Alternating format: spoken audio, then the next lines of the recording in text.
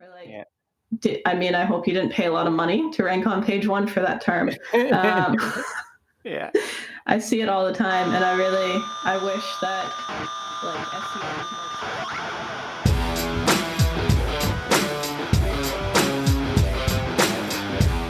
Hello and welcome to episode 34 of Rockstar CMO FM. The M is for marketing, the F is for, well, you decide.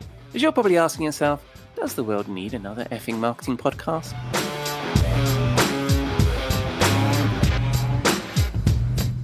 I'm your host, Ian Truscott, founding editor of Rockstar CMO, your monthly dose of marketing street knowledge. You can find us at rockstarcmo.com or Rockstar CMO on Twitter and LinkedIn. You can also find all the past episodes of this show and the show notes at rockstarcmo.com/podcast.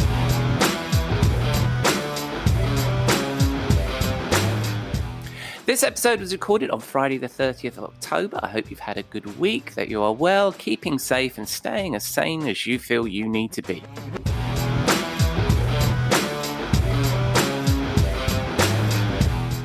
This week, I dip into the pages of Rockstar CMO and pluck out something I'd like you to take a look at. I chat to Kathryn Strachan, founder of content marketing agency Copyhouse. We chat many things content marketing. And I again retire for the weekend in the Rockstar CMO virtual bar, where I find my friend and content marketing guru, Robert Rose.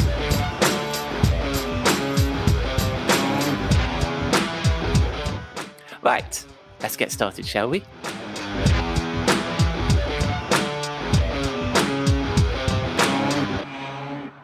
If you're a regular listener, you'll know that as well as this podcast, Rockstar CMO is a monthly digital publication based around a theme each month. This month was about building your brand on rented land. And in a vain attempt to be topical, not just with the theme of this month's issue, but also what's in the news, I'm going to pile in on some timely and related news about Quibi. As you've no doubt heard, Quibi, the struggling short-form mobile video startup led by Jeffrey Katzenberg and Meg Whitman that made such a flourish on the new media dance floor despite over $1.7 billion in investment, has no one to dance with and has danced its last dance. Right, I'll stop the dancing analogy there. The thing that piqued my interest, in keeping with the theme of this month's issue, was that it seems that Quibi didn't own the media assets on their platform. According to Variety magazine, I quote, "Actually, Quibi doesn't own any of the big budget premium content for which it has shelled out upwards of $100,000 per minute. The company has 7-year licenses on its short form series. After 2 years, content owners have the right to assemble the shows and distribute them elsewhere." End of quote. So maybe they own the land, but rented what they put on it. And of course, as we know from Bill Gates and countless other blog posts, content is the king, the queen, the grand poobah of any digital thing, whether it's our little publication or a $1.7 billion media bet. As an aside, for an excellent discussion on this, I'd recommend the chap I'm going to join in the bar in a bit, as Robert Rose made some great points with his chum Joe Polizzi on the This Old Marketing podcast that I recommend to everybody, and I'll link to in the show notes. Anyway, it seems Quibi is a good lesson. Better to own than to rent. And there is plenty more on this topic of leveraging what you rent, what you build and own in this month's issue, which you can find at rockstarcmo.com and click on the latest issue. A side note on this, after scripting this segment, I logged into my podcasting platform to record it to find that for a moment it was down, which I thought was ironic. As of course, I'm ranting about building on rented land. On rented land.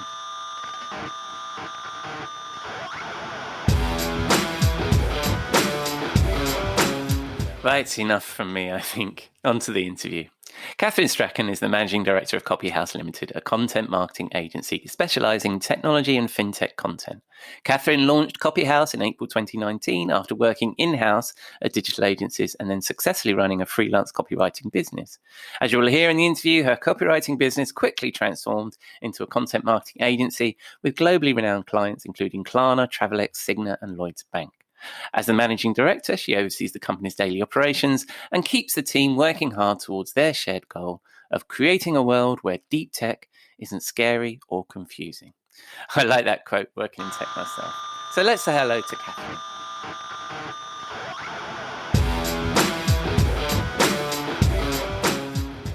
Welcome to Rockstar CMO FM, Kathryn. How are you? I'm good. Yeah. Thank you for having me. How are you? I'm very good, thank you. Thank you for coming on. For people that haven't met you before, tell us a bit about yourself. Sure. So I'm Kathryn Strachan. I'm managing director at Coffeehouse.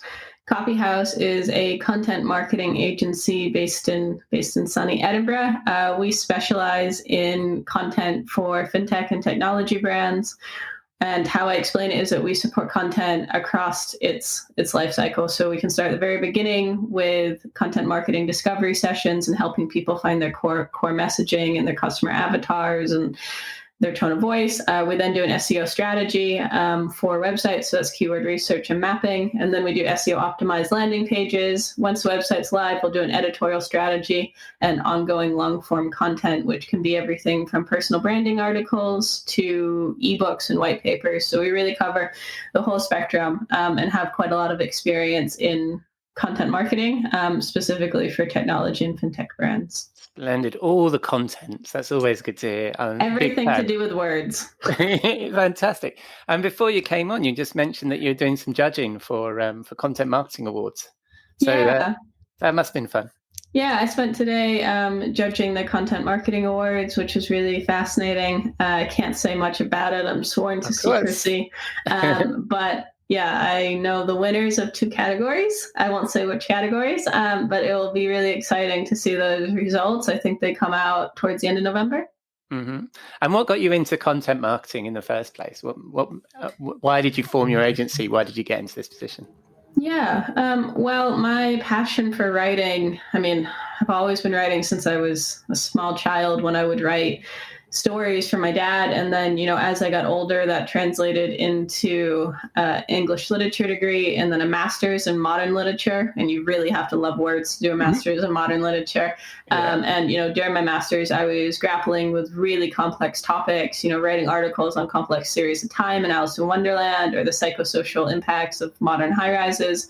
So I developed this experience with really technical subjects.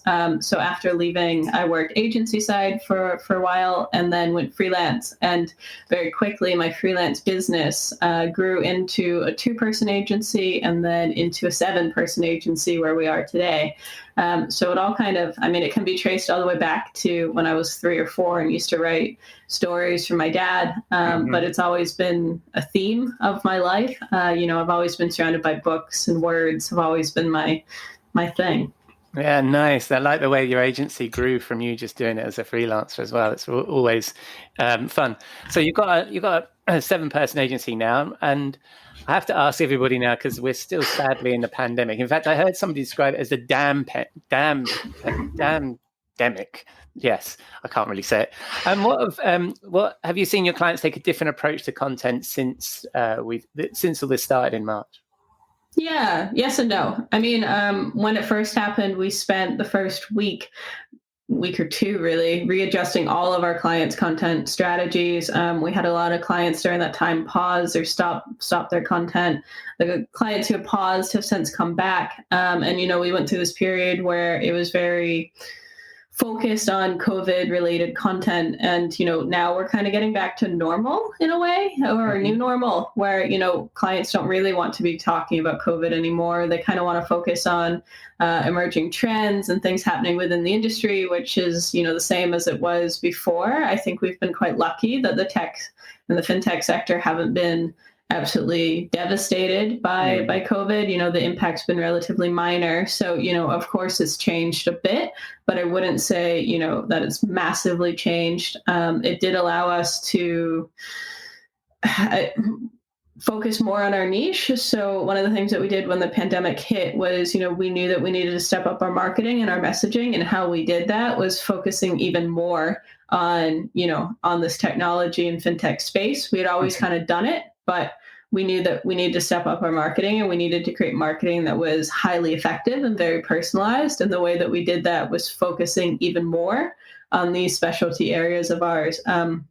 It's proven quite successful. It's made it easier to attract the right kind of clients. It's made it easier to attract clients who genuinely need our services and see the value in our services. So it's made us a lot stronger in a lot of ways as well. That's good. That's what a lot of marketers will tell other marketers, isn't it? You need to focus, decide on your niche, or niche, and then go for it. I also saw that you've written about content marketing as a long-term investment. I saw that on LinkedIn. Tell us a bit about the experience you've had with your clients there. Is that something you've seen a return on? Yeah, I mean, 100%. A really great example actually happened when COVID happened, because we had been working with this one client for a few months.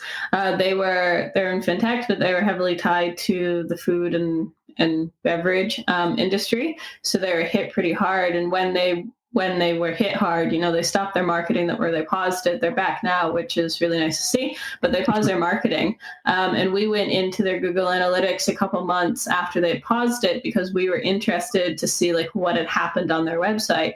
And, their whole entire website had crashed, massively crashed, because Wow. they were targeting like food and drink. That was who they worked with. So, their website traffic had declined by 70-80%, but the only area that hadn't declined were the blogs and long form content. That was the only area on the site that was continuing to pull and continuing to grow despite the pandemic. So, there was one point where the blog page was actually attracting more traffic than the homepage, which is not something that you see very often. It's a very good example of how content marketing kind of snowballs and continues to grow long after an investment. So I often explain this to people. It's like a snowball. You make the snowball and you push it down the hill. And as you push it down the hill, it builds momentum, and it goes and it goes and it goes and it grows. So yeah, you make that initial effort at first when you actually make the snowball. But once you send it down the hill, you'll continue to see results for years to come. We have clients who've been working with us for a really long time. And some of the articles we wrote in the really early days are still continuing to get really high monthly search volumes, are still continuing to get traffic, especially when you make sure that your long form article is optimized for SEO. So if you're ranking on page 1 for one of those search terms and you continue to rank on page 1, then you're going to continue to get that traffic. But I'm also not just saying, do it and then one and done. Content marketing, good content marketing is about sustained, continual effort to drive that traffic. So, it's not as simple as you make one article and then you don't have to think about it anymore. But it is as simple that, though that investment that you make will continue to drive results long into the future. But to drive results, you need sustained, continued long-term investment. And I think that's interesting what you were saying about how content marketing maintains that engagement with the client even when the commercial side of it dips. So I think in your example there, wasn't it that the customers still wanted to stay in touch with the brand, but they weren't transacting with them, so the blog was the best place to be. Yeah. Well, it's all about educating your audience and teaching them a better view of the world. So, in fintech, that's teaching people how to make better financial decisions with their money. So a lot of content is all about the educational value and building those relationships and nurturing those relationships until it becomes so obvious that, why would they go anywhere else with their purchase? Yeah. It's being useful, right? Yeah. I mean, and all good content should, to the point that it's actually built into Google's algorithm when it comes to SEO, that content needs to have a beneficial purpose. So it needs to help people and not just try to sell to them. And so you're saying that's in the Google algorithm now? Yeah, well, it's one of the determining factors for quality content is whether or not it has a beneficial purpose. And one of the things we were chatting about before we decided to do this podcast together is we were chatting about the theme for this month's Rockstar CMO, although it wasn't as the theme, but it was about building on rented land. And we were talking about how brands need to consider this. And we were chatting about that, and we were also chatting about building digital publications as an own property. Is that something you're recommending to clients? What approach do you advise they take? Yeah, I mean, so we tend to come from an SEO angle. So from an SEO angle, it is generally better to have the content on your own site because then you can rank for those keywords on your own website. But there's also definitely a place in the world for backlinks, which you get through guest posts and through rented land, essentially. I mean, backlinks are SEO gold dust in a way. They're very hard to get from very credible sources. So most of the, my suggestion for clients would be to do a mixture of both.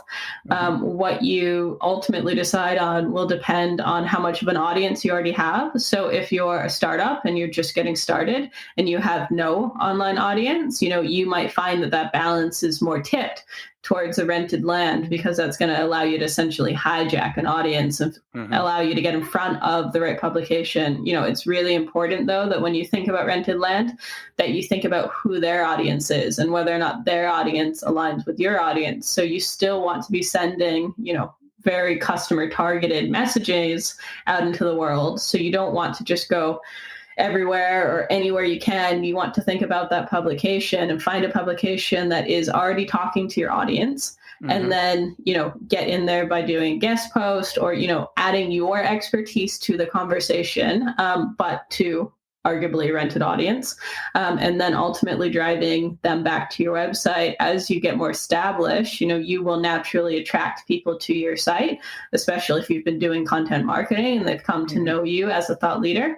And then, once you start to build your own audience, it might then become the case that people are coming to you for rented land. They're coming to you for collaboration because you have an audience that people then want. So it kind of tips in your favor the more experienced you get.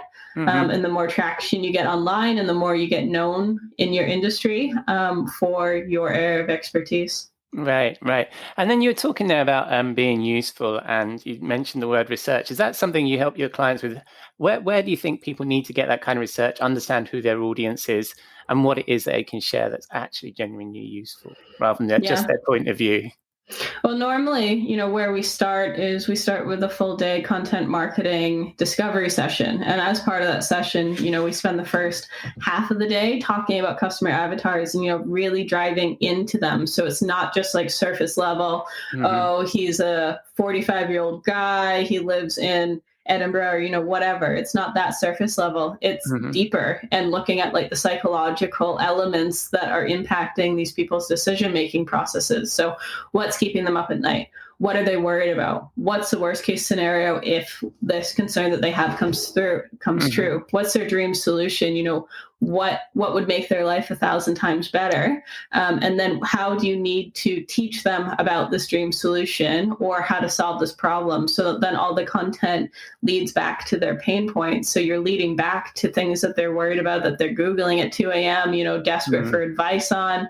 You're leading back to, things where they struggle to understand. So, if your target audience is, say, perhaps a business owner who doesn't have a great understanding of finances and their finances really stress them out, then your perfect content angle is to create easy to understand articles on educating them on their finances. So it's easy for them to manage it. It solves their pain point, and kind of positions you as a place where they can go when they need help and advice and support. And almost every single product or service can be positioned as something that solves somebody's pain points and their problems. Yeah. It's always about the pain, isn't it? When you're, unfortunately, sometimes when you're marketing. Well, I say that, so it's a difference between a vitamin and a pain and a headache relief. If you don't harness those pain points, you become a vitamin. It's something that they can do later, that they can do, next quarter, next year. It's not essential. They don't need to do it today.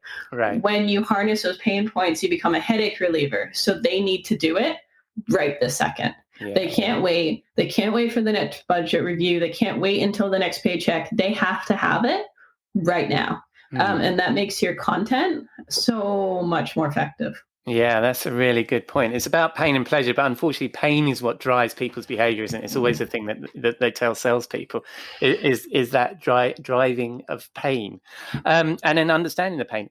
I've heard on this podcast and through Rockstar CMO, I've heard a key word from the whole of this pandemic, and that is empathy. And that sort of we're talking about kind of delivering pain relief, but have you also seen like a shift to a bit more empathy in some of the content you're needing to create? Yeah, well, I would say that our content has always been empathetic because we've always been focused on the customer.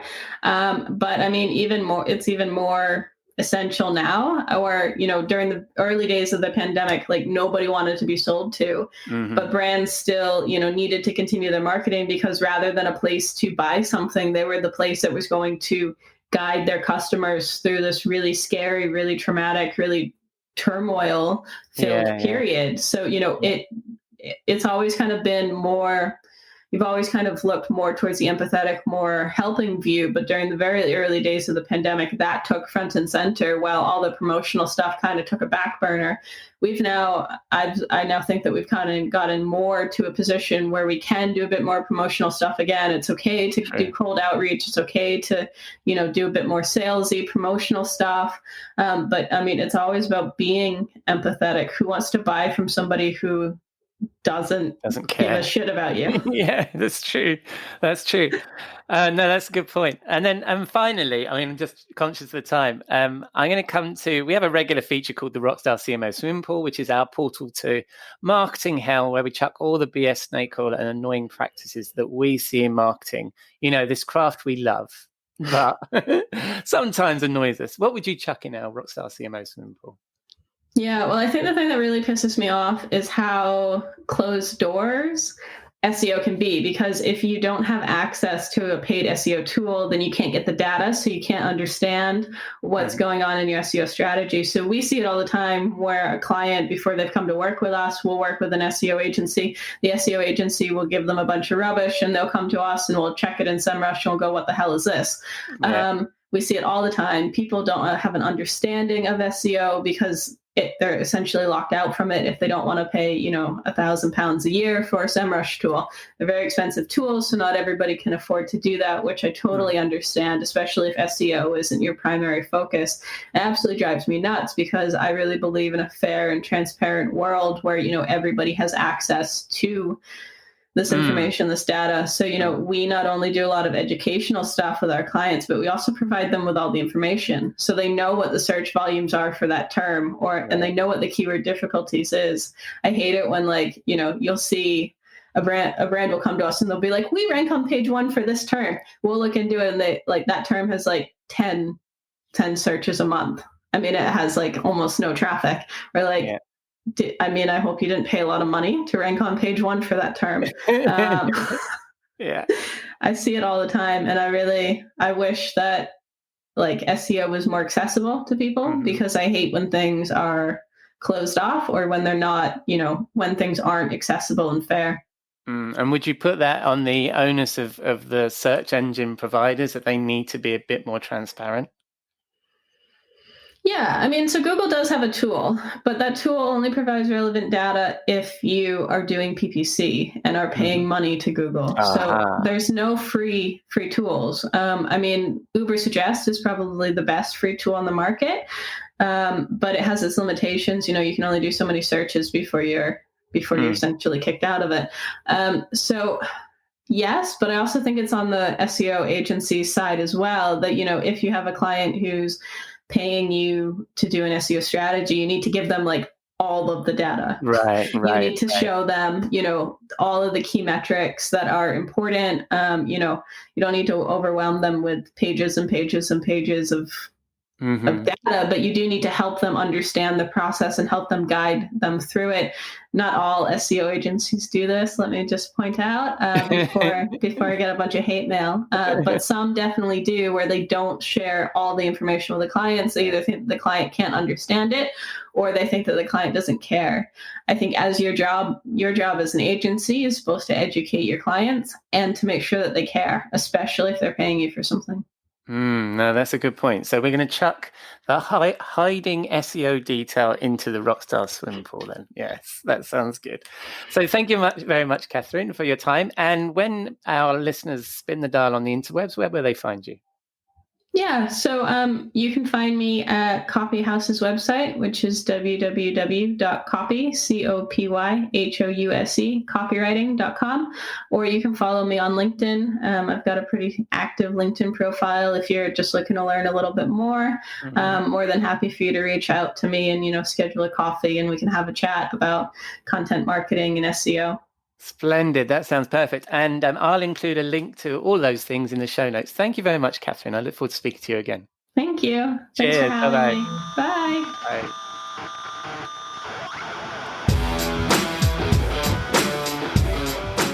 Thank you, Kathryn. Some good points on the dark art of SEO there. I will, of course, include a link to her website, LinkedIn profile, and the Copyhouse website in the show notes. Right, it's Friday evening here at the Rockstar CMO penthouse here in London. Time to round off the week with a cocktail in the virtual Rockstar CMO bar with my friend and content marketing guru, Robert Rose.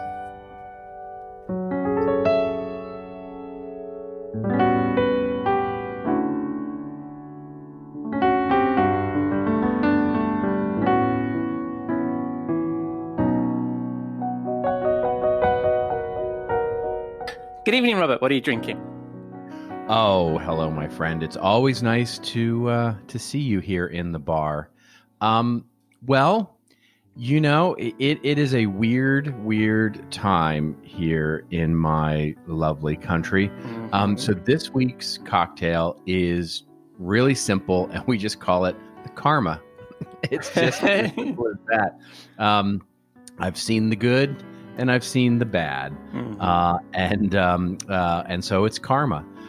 It's just tequila, a really nice añejo that I've been drinking, called Grand Mayan. That's the brand name, and it's a beautiful, wonderful extra añejo, I should say, and just a little bit of a dash of salt for luck. So nice. That's my Karma drink. Nice. and okay, and then I'll start. Well, I guess there's going to be a story behind it, but I better make myself some Karma as well. So, as you can imagine, and as our wonderful friend Dennis has tried to promote on Twitter, I am nearly going to be sponsored by Hendrix. So here's some Hendrix, and I think somebody's made a comment about they like that sound too. So a little bit of Hendrix, gin, of course, and then you said salt. Of course. And I did. Yeah, I did use salt, and you might have some liquid form of that, I suppose. Yeah, I do. If I could get this open, there you go. It's Fever Tree Cucumber Tonic. So I'm getting with you there, Robert. There's some flavors in this. Yeah. Here we go. Lovely jubbly. Let me give that a sip. That is some good Karma. Yeah, there you go. Yeah, that's good that. Karma. I like that. Will come back to you. And why do you need some good Karma, Robert Rose? Well, you know, I mean, we are days away when this will air for your audience from certainly the biggest election in my lifetime, and the most impactful or meaningful, or whatever adjective you'd like to bring to it. Yeah, so I just think it's going to be, it's everybody here is on pins and needles in one way or the other, right? So I think everybody is hoping for calm and which is a weird thing for an American to say regarding an election, is that we're hoping for calm, and it's one of those things where I'm just hopeful that Karma prevails. Yeah, okay, and there's not much fun in the end of that, apart from the fact that I'm drinking gin that I forgot to put ice in. So maybe that tells us something about. There we go. Well, in that. The martini. Just have a martini there, a very lightly diffused martini. No, I've got to stick with the ice as well. Otherwise, we'll have people complain. They'll be like, "Oh, Ian, you forgot your ice." Yeah, that's right. You know how our listener likes it that way. Yeah, that's exactly. So, I wonder where you're going to transport us today with this thought of Karma. Where shall we go? Here's the thing: anywhere but here. What is what. Mm-hmm. So that's probably my first reaction. I think given the state of the world and what's going on in it right now, I would probably opt us to transport out as far away. I was thinking of the furthest away from both of us, and I think Auckland, New Zealand sounds good. Oh, wow, yeah. And finding, it is definitely getting to be warm and summertime there. Yeah. So I'm thankful that we could go there, sit on a beach, and not think about everything that's happening in the northern hemisphere for a little while. Yeah, and you've actually picked a location I've been to. It's wonderful. Oh, you have? Yeah. I'm jealous. I'm absolutely jealous. Yeah, but also, if you tour the country, it's just a beautiful country, and they've got all the volcanic stuff there, Rotorua and all that stuff. It's well worth a tour around as well. I think it's on my bucket list for sure. I absolutely want to go. It's definitely that is a first somewhere I've actually been to. So that's amazing.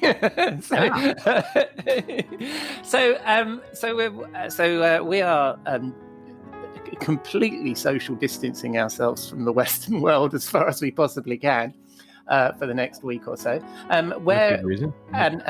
Obviously, because we're polite young men, we don't talk about politics. What would we be talking about over these wonderful drinks? Well, it's a related topic, I think, which is something that has come up, let's call it certainly over the last few months, a couple of times that I've been thinking about with clients, which is, when is the right time for things? And, I was having this discussion with a client, and she's the head of content at let's call it a mid-sized consulting firm, professional services firm. And she told me that her plans, that she was going to launch this new content team and center of excellence and all of that. They were launching it in support of this rebrand that the consulting firm was doing. Not much of it based on trying to figure out what 2020 is all about and all of that. And the new team was going to support the purpose-driven mission and scale the thought leadership content, all the things that you would normally think of there. And she shared that it was being put on hold. And I asked why, and she said, well, because the rebranding strategy is in this suspended state right now. They haven't made a decision on it. And she said that, the brand strategy the feeling was anyway, that the brand strategy should be set before they started the content strategy. Wow. And I was like, I'm not sure about that. And we started to talk about that. And what it reminds me of is that we are easy to convince ourselves that we should only change after the storm has blown over, right? Some storm that we've got on the horizon. Maybe it's a big election, maybe it's pandemic, maybe it's whatever. We think to ourselves, well, once things blows over, then I'll have clarity. Then I'll have, the ability to see straight and understand what things should be. And the rationale from the consulting firm was, we don't know what kind of content we're going to create until they figure out the brand strategy. Therefore, the content strategy can't be finalized until the brand strategy is. And what I've come to realize is that, quite frankly, content strategy, 80 to 90% of content strategy has nothing to do with content. It is all about how do we scale and manage it efficiently, activate it effectively, measure it, and all of the underlying things and collaborative things that we have to do as a business. What we actually say is pretty immaterial, actually. We're all creative, and there are creative pockets in the business, and we can hire creative people to help us out. And what we actually say is much less important than having the institutional muscle to be able to say it consistently, effectively, at scale, be able to measure it, and be able to do all those things. And you need not wait for that, right? And you shouldn't wait for that. And when you start thinking about that storm, and what you're going to shout into it, right? We're going to wait because it's the storm. We don't want to shout into the storm. Well, if you actually have much better communication infrastructure, you may not have to shout that much. Yeah, I'm grinning ear to ear on that, because I'm actually working with a client in a very similar position. Apart from not pausing, they're actually going ahead with all of this. But the majority of the work that I'm doing is indeed not about the content and the words, is about the process, and creating a structure for doing that, for being the platform for absolutely doing that. But I still think it was making me laugh when you were saying it, because I still think you sort of got to say it with a whisper, because it's the words that people actually care about, and it's the message that people care about. When you're sort of saying to people, well, I spend 90% of my time actually just getting the structure right. It's like, do you know what I mean? Yeah. I mean, it's funny. It's like that. I use this metaphor all the time. I'm like, I mean, you don't walk around the office much these days, but when you are in the office, right? You walk around the office with a bunch of Excel spreadsheets and and sort of process diagrams, and try and get a meeting together from every other department to talk about the process, the measurement, and the data around making a content strategy more effective. And you'll be in a meeting of but walk around with the comps to the new design of the website, or the pretty pictures that we're going to use on the new posters, and now all of a sudden everybody wants to have an opinion. Absolutely. You're the most popular person in the office. So what do you so with this particular client, and what advice are you giving people that are thinking of pausing and haven't really appreciated that that so much of this work happens like it's like an iceberg, isn't it? It happens under the waterline, that they should actually be committed to that and investing in that.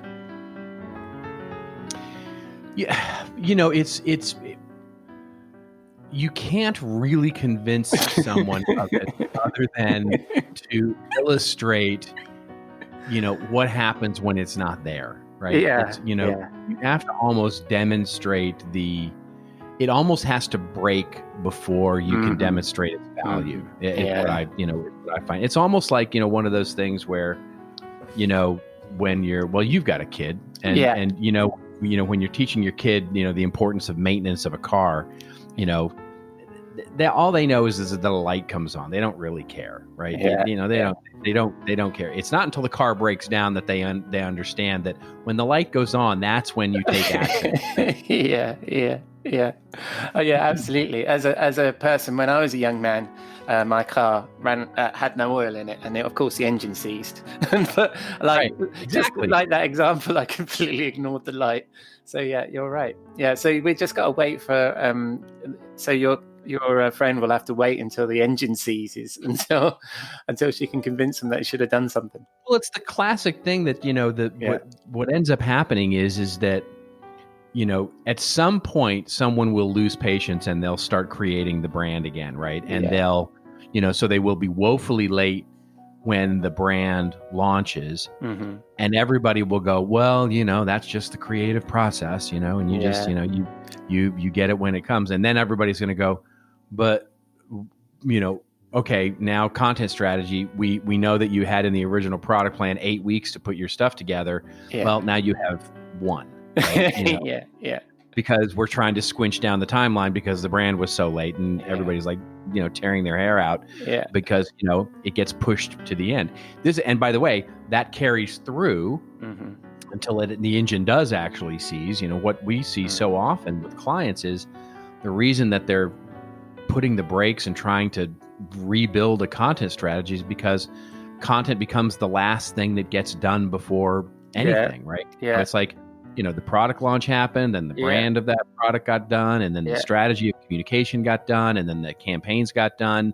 And then all of a sudden they went to the content team and said, all right, all this is ready to go. You're already late with the content you need to create. It wasn't there years ago, I don't know if it's still there, but there was a blog called Insert Content Here. And it was it was all about that very problem that we all face.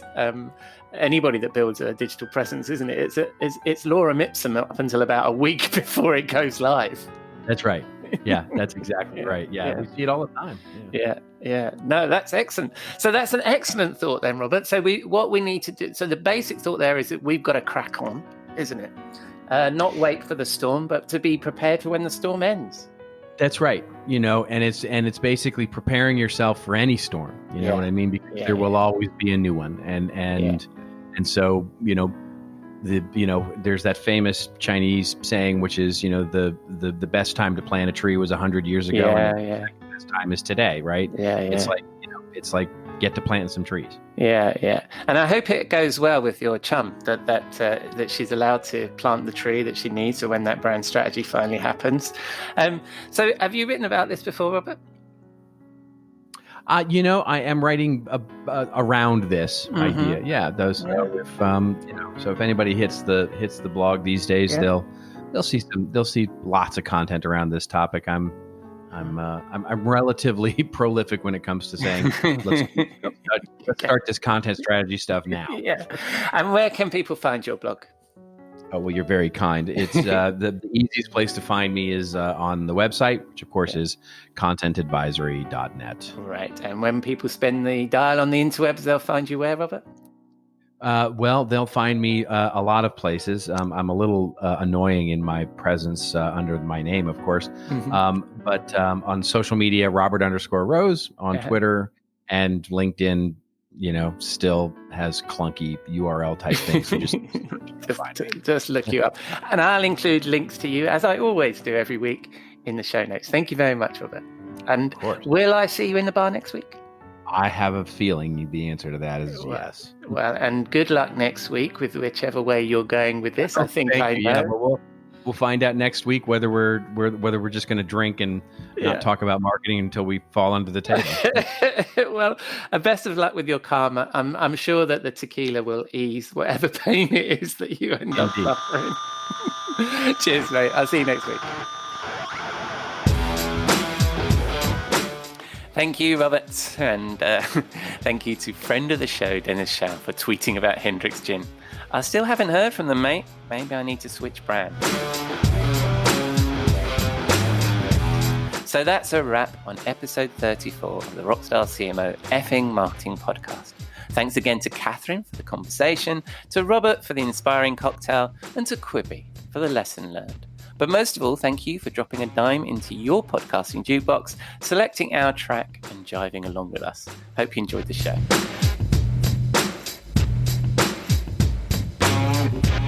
If you like my guests, please give them a mention, click their links, follow them, and take a look at their work. I really appreciate their time. I will, of course, include all their links in the show notes at rockstarcmo.com/podcast, where you can also find all our previous episodes. Does the world need another effing marketing podcast? I would love to know. What do you think? Drop us some feedback, a review, subscribe, share, or just keep listening. I'm glad you're here.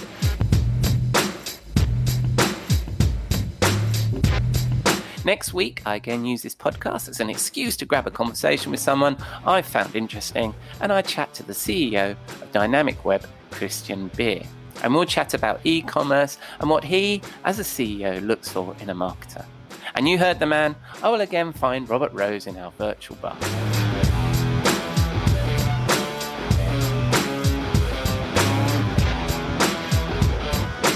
Until then, I've been your host, Ian Truscott, founding editor at rockstarcmo.com, and I hope you'll again join us next week here at Rockstar CMO FM.